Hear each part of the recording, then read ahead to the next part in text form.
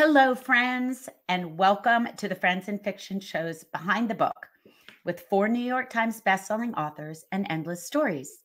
I am Patti Callahan Henry. I'm Kristin Harmel. And on behalf of Mary Kay Andrews and Kristen Woodson Harvey, we are beyond excited to welcome you to a really special episode of Friends in Fiction and today, and nonfiction, Behind the Book, a deep dive into the life and work of one of our favorite authors. Today, we are thrilled to welcome Alisyn Camerota with her memoir, Combat Love. Yeah, I personally got my news daily from Alisyn, a 2-time Emmy-winning journalist, since she joined CNN in 2014. So I am having a bit of a fangirl moment right now. You'll excuse me if I gush throughout this entire interview about how much she has been a part of my life and my every morning. Well, she was a part of my every morning for a long time. So honestly, you were on in my house for years. So in Combat Love, Alisyn retraces her steps down an often gritty path toward her dream of becoming a journalist. At times heartbreaking and pulse-pounding, the book is an inspiration to anyone who has ever searched for that elusive place called home. Kirkus, the greatest of all critical reviewers, the one we look with one eye to see what they said, said, "This is a candid chronicle of hard-won survival." And my friend, and yours too, and one of our guests on Friends in Fiction, Adrienne Brodeur, says, "Well, you might pick up Combat Love because of the author's familiar face. You won't be able to put it down for her candor, wit, and storytelling." Alisyn Camerota is a journalist, author, anchor, and correspondent for CNN. Over her 3 decades in journalism, Camerota has covered stories nationally and internationally, earning, as we said, 2 Emmy Awards and the prestigious Edward R. Murrow Award. Her debut novel, Amanda Wakes Up, was selected by National Public Radio as one of the best books of 2017 and by Oprah Magazine as a must-read. Welcome, Alisyn. Let's talk to you instead of about you. Yeah, I'm enjoying this. Ladies, thank you so much for inviting me on. It's such an honor to be a part of your vast community. I really appreciate it. Okay, so we are so thrilled to talk to you about your memoir. This isn't a tell-all of the journalism world or a rehash of old interviews. This is a work of vulnerability and ultimately the triumph of your life. You open with an author's note saying, "The decision to write a memoir is not an easy one, especially when your day job requires you to stay out of the story." So tell us, why now? Why Combat Love now? Well, it took me a long time. You know, as you guys know, books are sort of born when they want to be born or when the publishers want them to be born. I mean, I started trying to write this easily 10 years ago. And I didn't know when in the last decade it would be published. It had lots of different fits and starts. I went through lots of different revisions, as you can imagine, as all writers do. And so this is the moment that kind of it was a long gestation. And this is the moment that it decided to be born.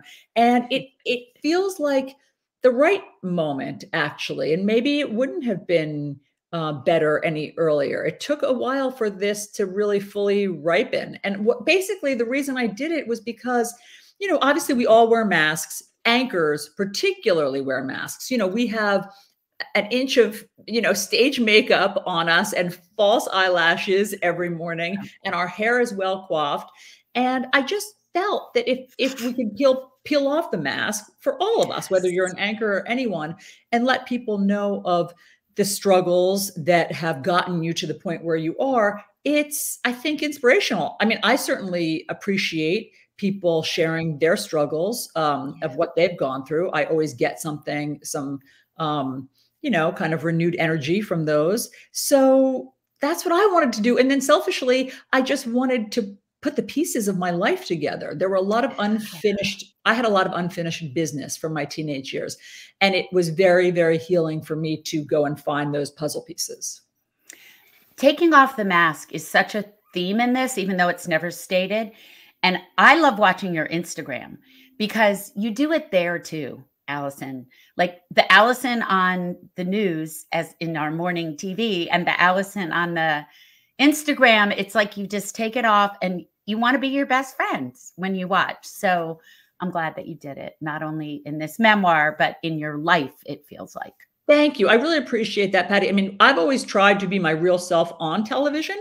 I've tried to not have it be too big of a disconnect between the person that presents, you know, the news to you versus the person behind the scenes. However, by definition, you have to wear a mask because I'm telling other people's stories. Some of it is obviously very sober and very heartbreaking. And so the playful mask is one that I don't always get to have, or whatever, the playful side on TV. But I try to inject that even in just daily news reporting because I think people need a little levity. Yes, why they connect with you. Yeah. It absolutely is. And I think it's why we feel when we're receiving news from you that we're receiving it from a friend. I mean, it kind of, it just makes it feel that much more intimate when we're inviting you into our home in a way, and you execute that perfectly. Thank you, Kristin. I mean, I recognize it is an intimate relationship, particularly morning anchors. You're watching in your pajamas. That is intimate, or in bed. That is intimate. So I've always known that's a privileged position to be in for me. Well, you do it so well. Now, back to the book. One of the most fascinating things to me in this book is the role that music has played in your life. The memoir even comes with a playlist. So you say that music is playing in your head at all times. And so first in the book comes the Partridge Family and then Kiss, but it was the punk band Shrapnel that changed your life. And there is a storyline here that comes full circle by the end of the book.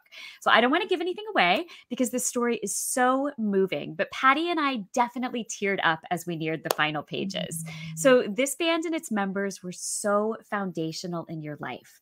This is about the power of music in your life, but it's also about so much more. Can you talk to us a little bit about that?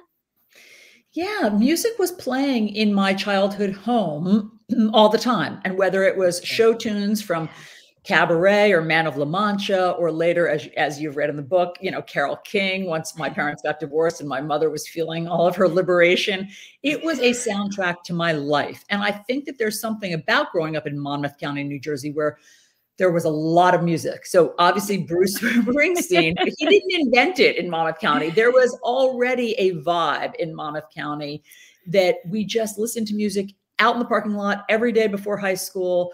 There were tons of garage bands. Even in elementary school, my friends were in bands. And so crazy. I've always known the power of music. I've always been able to use music as medicine when I've needed it, you know, through hard times, or music as inspiration.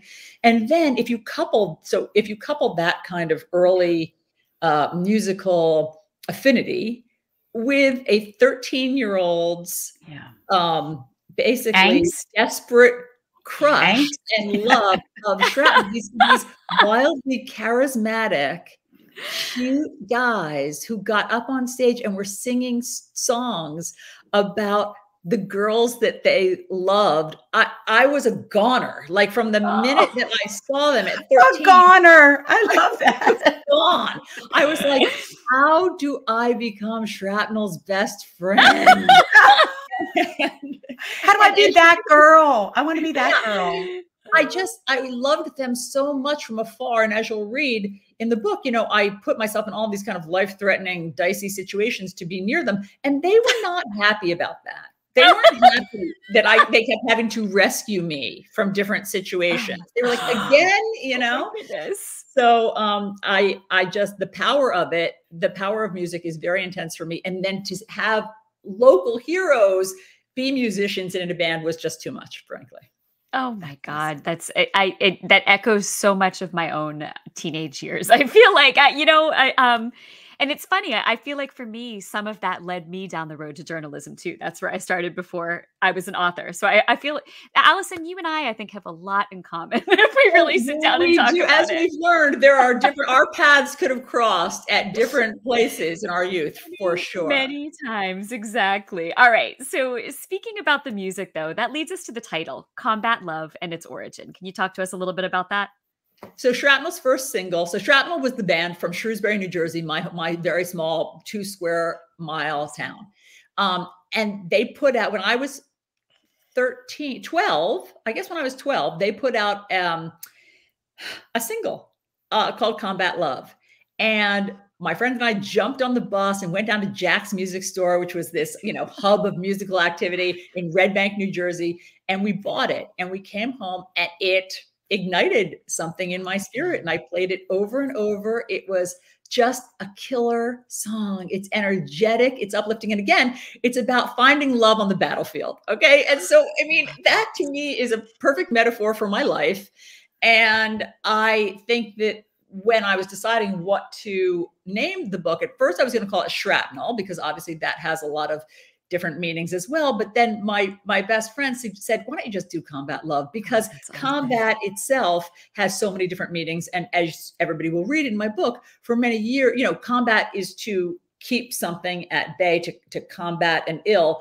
And for many years in my teens and 20s, I was combating love. You know, I didn't know that, but I was definitely keeping it at an arm's distance because I didn't want to be that vulnerable. And so the song worked. And I think that theme worked. Perfect. Yeah, it really does. And just everything ended up weaving together. The music, your life, your parents. But TV has literally been in your blood since you were a young child. It was almost a best friend to you. I love how you invited David Cassidy to your birthday party because I had his poster in my bedroom and I used to walk around singing, I think I love you. So what am I so afraid of? I mean, that song holds up, may I say, Patti. When I hear that on the radio, I crank it to 11, you know, like he's so great. And his voice and his feathered hair, like there's a definite intersection with Shrapnel there. Like it's something very accessible. A cute boy and a charismatic boy is something very accessible for young adolescent girls, you know? The ache it brings in you, right? And so you just listen to it over and over. I know. And by the way, when I invited David Cassidy to my birthday party, like a few days later, I got a letter back from David Cassidy that said, like, Alisyn, thank you so much for inviting me to your birthday party. You seem like a really sweet girl. I'm sorry I won't be in town and available to come, but I'm sure you'll have a great party. And I was like so impressed. And I carried that with me for years. And I said, and then later I loved Sean Cassidy, and I wrote to Sean Cassidy and didn't hear back from him. And I said to my mother, I can't believe that Sean Cassidy doesn't write me back, but David Cassidy wrote me like this. And she goes, oh, that was Graham. That David Cassidy didn't write you. My grandmother wrote me back at 5 years old from David Cassidy. And literally for like 20 years, I thought it was from David Cassidy. And that mythology of a 5-year-old was shattered. It was. I think we should carry some myths for the rest of our life. Yes, exactly. Okay, so back to TV. You wrote how you had a make-believe cameraman following you around. If you look back on your life, as you look back on your life in this memoir, do you believe you were, for a better word, destined to be a TV anchor? Well, yes, in that when I discovered that there was something called broadcast journalist at 15 years old, when I was watching Phil Donahue, I set my sights on that career as a North Star and never looked back. So in some way, I mean, there was free will, you know, and then there's maybe some other magic, but I lassoed that idea at 15 and just never considered really anything else. But I will say that for me, what I was hoping for at 15, and even as a child, when I made the TV my companion, as you guys say, is, you know, that it would fill some void of mine. You know, I had a lot of need to be seen and heard. I had a lot of need to be validated. And I'll tell you, you know, I was right. At 15, there's nothing like being on TV that makes you feel seen and heard and validated. And I maybe too much. Yeah. I mean, I couldn't have articulated that at 15, but that is what being on television does. My instincts were right, but thankfully I've matured and understand that being a journalist is more than just my own external validation, which I, you know, can deal with in therapy. It's also about being— We're here with us. We're here for you. I mean, it's really a catalyst for other people's stories, and it's for letting other people's voices that don't have a platform be heard. So I have been happy to be able to serve that role. That also dovetails kind of with what my mission was. But in terms of the satisfaction it brought me, it did let that lonely girl ultimately get validation. Oh, gosh, I 100% understand that. And again, it sounds very similar to my journey, which was on the print journalism side, but I think it was about a lot of the same things. Sure, when you see that byline, I mean, it's like you have power suddenly, you know? And it's almost like finding yourself through being able to tell other people's stories. There's just power in that, I think. I agree. Speaking of other people whose stories come into our lives, your mom is such a centerpiece of your life story, as is your father, an international man of mystery who spoke 7 languages. He left you and your mom, and the ups and downs of that are sometimes excruciating to read, but ultimately so redemptive. You left home at 16, and I feel like so much of this book is about finding yourself in all of that trauma and in answering the question, what do you sacrifice for your own dream, and how do you find your voice, which I think we just touched on. Would you agree with that? And if so, what would your advice be to other younger women who are asking those questions of themselves right now at an earlier part in a similar journey?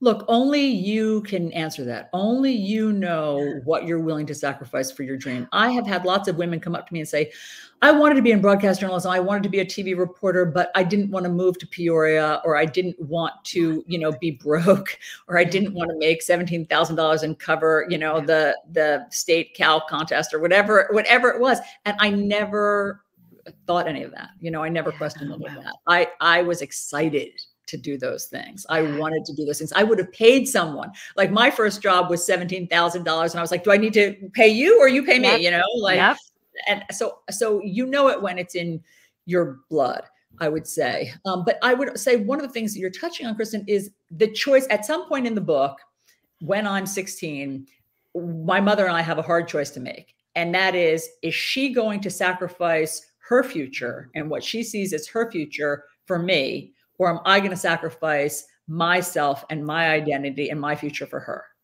And, I don't know. To this day, I don't know what the right answer is. I know a lot of mothers who have sacrificed everything for their kids. I'm not one of those moms. I'm not. My mother wasn't. I'm not. And I don't. I admire those moms, but I'm not built that way. So at 16, my mother and I decided that we were working at cross purposes and we actually had to part. Wow. And so I went my own way and she went her own way. That being said, I always felt loved. I did feel loved by my parents. They were absent, I must say. I had some absentee parents and I was unparented much of the time, but it was never because I felt they didn't love me. It was because I felt that they kind of had their own journeys and limitations, and I needed to branch out. Absolutely.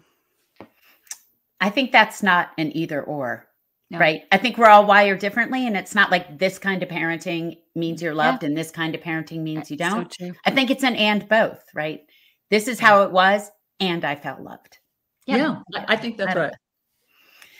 So I love this phrase you used called the imperfect past, and how I wrote it down because I thought that'd make a great title also, right? The imperfect past.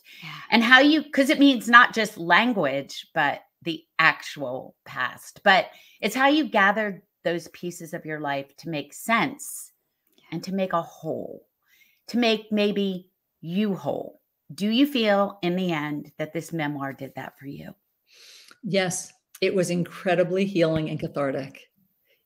I can't begin to tell you how much this unfinished business of my teenage years and 20s followed me around. Like these stories were always floating around in my head and like tapping me on the shoulder, like, yoo-hoo, remember that?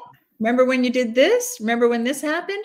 And by writing it down, I had to process it. And furthermore, because I'm a journalist, I mean, I don't know if all memoirists do this. I don't think they do based upon some of the more recent memoirs that I've read. But I went back and talked to every single character in this book and told them what I was doing. I wanted to get their blessing. From some, it was harder than others. I read them past. I interviewed them. First, I interviewed them and said, like, tell me what you remember about this episode. Oh, my goodness. And it was uncanny how much our memories had been intact from some of these things. There are two guys in the book who I call Bert and cuts. And they were these leather wearing, frightening, hard drug doing, they loved like metal music and they loved shrapnel. And I like hitched a ride with them to go see a shrapnel show. And I had no business in their death trap of a car or with them. And like all hell broke loose that night. And I, went back and interviewed Bert and I said, what do you remember of the night? Now we hadn't, ever talked about this for 35 years. Okay. And I think that when you don't talk about something, a memory can stay pristine and intact. I said, yeah. What do you remember about that night that we went to see Shrapnel? Or do you remember the night? It was someplace not in Manhattan. It was in Queens. He goes, oh yeah, it was a place called Zappa's. I go, right. And what happened that night? He goes, something really effed up, right? And I said, oh yes. Something 100%. Yeah. And then he told me what he remembered and I told him what I remembered and I just, glued it together. And so anyway, my point is that I went back and sort of made sure with everybody that they were okay because I'm telling other people's kind of vulnerable stories also in this. Yeah. And that's how I decided to do it as a journalist. I didn't know any other way to do it. Oh, but you also read your journals, your old diaries. Yeah, that's incredible. Yes. Oh man. The journals helped. Old letters also helped put the pieces together. So, I mean, to answer your question, yes, it was very cathartic to me. And those stories are not rattling around in my head for the first time in, 30 years. Oh, Alisyn, I love that. That's amazing. Incredible. Well, they're rattling around in ours now. So great. Exactly. Great. You just handed it over. So it's awesome. And I think I can speak for Patti as well when I say, Alisyn, we are very glad you survived all of those situations. We are glad you are here with us today. And before we let you go, where can our audience find you online so that they can keep in touch and follow along with you? Thank you for asking. So I'm most active, I would say, on Instagram at Alisyn Camerota. I'm also on Facebook. I don't do Twitter or X as much. It's sort of more political, partisan stuff. So I don't do that as much.